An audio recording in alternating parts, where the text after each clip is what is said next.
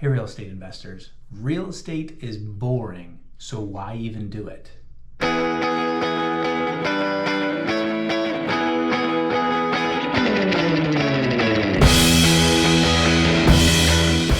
Hey real estate investors, today let's talk about how boring real estate investing truly is.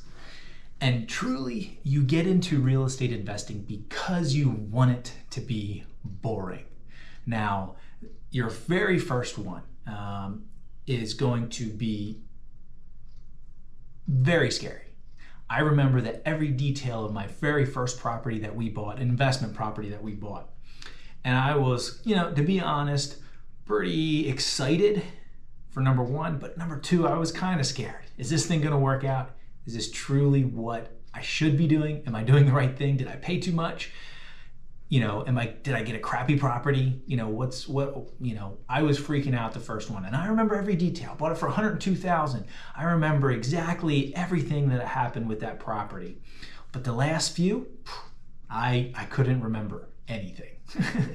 So I look at it as you want it to be boring. You're not into real estate investing to get exercise, to have high blood pressure, to be staying up at night thinking about things. You get into real estate investing because it's a good way to produce some income and invest the money that you get. So looking back on it, you absolutely want it to be boring, absolutely boring. So here's some tips of what I look for to make sure it remains boring. Number one is buying the right area. What does that mean? Why the cash flow looks so good on these $40,000 properties? I can buy them for $40,000. They rent for $800 to $900 a month. It's 2% rule. You're making some good money on those. But we found that it's harder to collect rent when the market turns. It's harder to do certain things. So I always say, buy the right areas. Know what area you're buying in. Don't just guess. Know what area you're buying in and find an agent that at least can help you and point you in the right direction. Number two is buy the right constructed building. So often we see some of these 1900-year-old houses that were, over 200 years old, and they got a crawl space that's deteriorating the subfloor, and there's foundation issues maybe or something like that. I always say buy the right property. I personally really like the 1940s and newer is where I like them, just because they usually have a full basement. They're usually built with block, brick, or anything like that where it's a solid constructed home. So even if that's not the case and you look at another property that might even be 200 years old, as long as it's constructed well, kept clean, and kept nice, that's what's important, because you don't want to be taken back on a huge maintenance cost. Number three is hire the right team to manage the property. This is even actually bigger to save your mindset here, is to have the right team means it's more of a passive or mailbox money, like some people call it, or having the right team in place to handle the calls, the emergency calls, to handle collecting the rents, and so forth, and putting the right tenants in and everything. So hiring the right team is critical. So make sure you hire the right team. And every month, simply just sit down, write every income out, whether that's on a spreadsheet or whether that's on an actual a program, QuickBooks, something like that. Whether you're doing it that way or whatever, every month sit down, just take a look at it. What's going on with my property? What's going on with all my properties?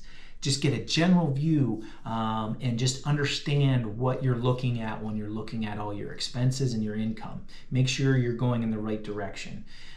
So it's really simple. It should only take you 5 minutes if you have one or two. It might take you more if you have 100 properties, but again, take a look at what you're doing and make sure you're keeping detailed records of every income and every expense.